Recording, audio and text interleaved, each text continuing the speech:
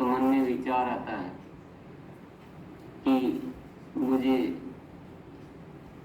कुछ एक ऐसा अवसर ऊपर वाला प्रदान करे कि मैं आपके बीच कुछ ऐसी चर्चा कर पाऊं जो हमारे लिए उपयोगी हो सके। तो उसी धारा में, उसी प्रवाह में, उसी जिम्मेदारी के साथ मैं आज आपके बीच उपस्थित हूँ। सभी साथियों से मैं आग्रह करना चाहूँगा कि आपकी उपस्थिति को वास्तविक उपस्थिति में तब्दील करें। एक बार थोड़ा अपने पर प्रयोग करके देखें, थोड़ा महसूस करें कि आप अपनी कमर को एकदम सीधी रखे बैठे और थोड़ी अपनी दशा को देखें। आप थोड़ा भीतर जाना पड़ेगा, कमर सीधी करके, आंख बंद करके, और महसूस करें कि आपकी जो पात्रता है, आपकी जो विचार शक्ति है, जो आप में एक पवित्रता है, वो एनर्जी का जो फ्लो है वो बढ़ा कि नहीं बढ़ा। पवित्रता बढ़ती, विचारों में एक अलग अनुभूति आती है। तो आज मैं सभी से आग्रह करूंगा, आंखें खोल सकते हैं आपने अगर महसूस कुछ कर पाए हो तो आंखें खोल सकते हैं और सीधी कमर सीधी करके और बड़े एक आनंद भाव से हम यहाँ बैठेंगे, बातचीत करेंगे। हमारी जो मिलन है, ये जो हमारी मुलाकात है, ये भी ऊपर वाले की कृपा है कोई हम पर, नहीं तो क्या हमने कोई नियोजित किया था, हमने अपनी जिंदगी में कोई प्लान बनाया था कि हम ऐसे इतनी तारीख को, लेकिन ऊपर वाला कुछ न कुछ करता रहता है, हमसे कुछ करवाता रहता है। जो सौभाग्यशाली होते हैं वो अच्छी राहों में बढ़ते रहते हैं। चलिए आज कुछ मैं ऐसी गुस्ताखी करने जा रहा हूँ कि जो मेरी औकात से बाहर के विषय पे मैं आज कुछ आपसे चर्चा करना चाहता हूँ। तो मुझे I don't have an answer for that. Is there something else I can help with? मैं आपसे पहले ही क्षमा मांगता हूँ, मैं अस्तित्व से क्षमा मांगता हूँ कि मैं अपनी हैसियत से ऊपर की कोशिश कर रहा हूँ। और मैं आपसे सवाल पूछना चाहता हूँ, ईश्वर से कौन मिलना चाहते हैं? ईश्वर से कौन मुलाकात करना चाहते हैं? कौन उसको दर्शन करना चाहते हैं, मुलाकात करना चाहते हैं? जो भी है, शब्द बनाने पड़ रहे हैं। शब्द तो उसके लिए हम क्या बना सकते हैं, पर फिजिकल एड्रेस करके बता सकते हैं आप।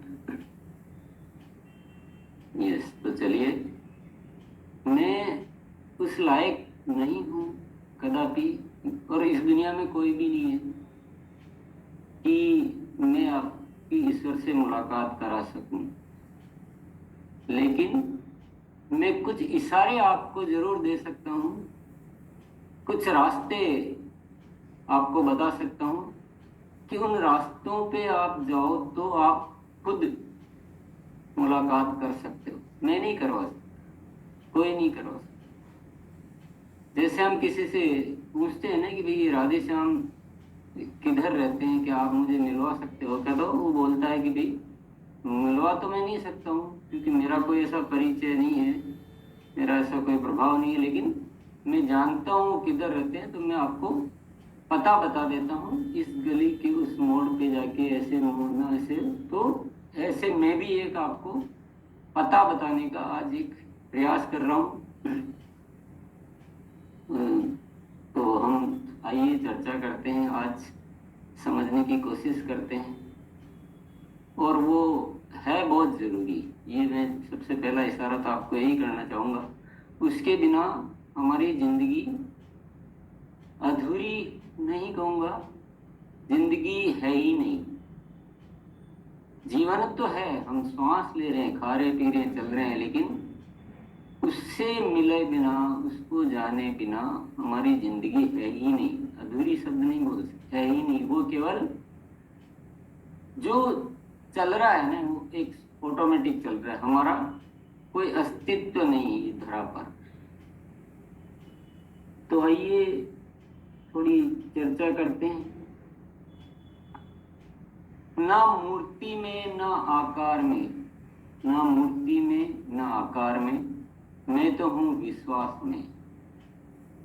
छू न सकोगे मुझको क्योंकि मैं तो हूं एहसास में।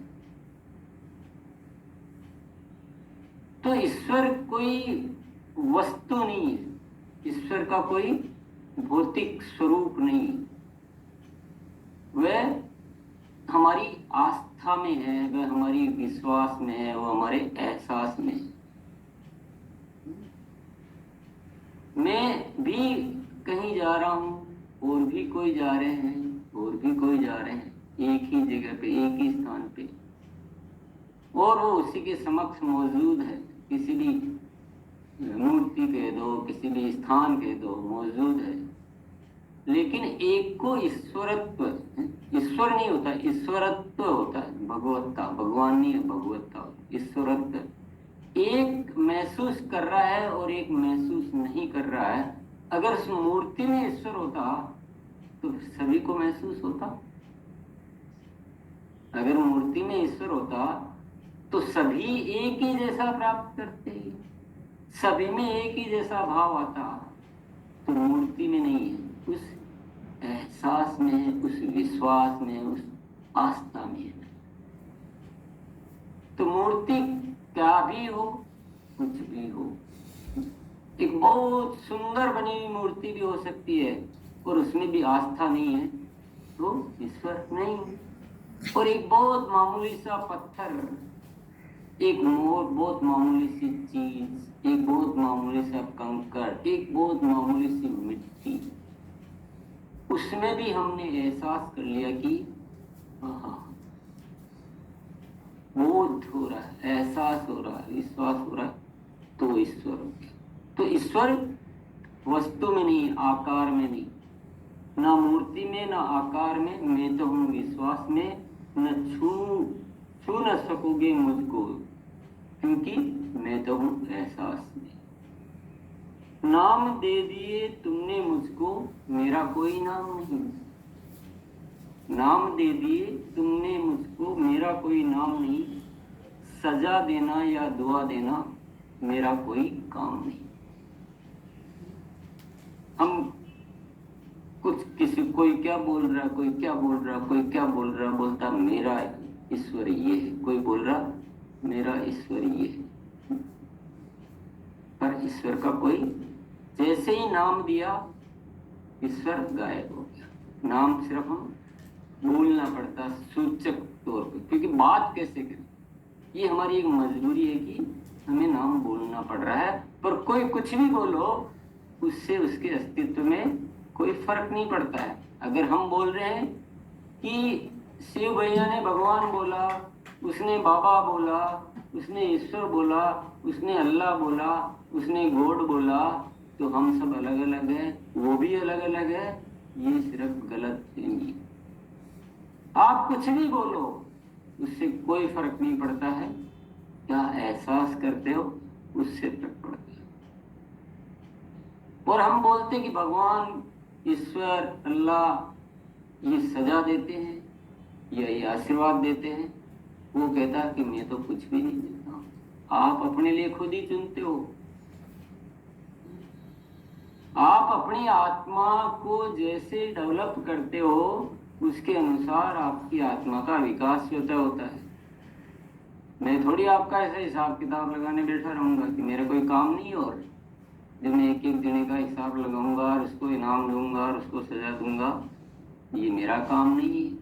ये आप अपने लिए चुनते हो और आप आपकी आत्मा का स्वरूप बनाते हो। आपकी आत्मा निम्न हो सकती है, आपकी उच्च हो सकती है, ये आप क्या। शून्य में खो जाना ही ईश्वर है। देखिए, ये एक ऐसा विषय, मैंने पहले ही बोल दिया था, ये विषय मेरी हैसियत से बहुत बाहर का है। बस हम सब मित्र हैं आपस में, तो थोड़ा यूं ही चर्चा कर रहे हैं, शायद कोई इशारा हमें मिल जाए, शायद कोई हमें मार्ग मिल जाए। खोजना तो आपको, मैं तो नहीं खोज सकता आपके लिए, मैं मेरे लिए खोज सकता हूँ, आप आपके लिए खोज सकते, पर हम एक बात कर रहे हैं, एक इशारा एक दूसरे के साथ शेयर कर रहे हैं। शून्य में ही खो जाना ईश्वर है। जब तक पूरे नहीं खोओगे, जब तक हम आप मौजूद रहोगे, तब तक ईश्वर की मौजूदगी नहीं होगी।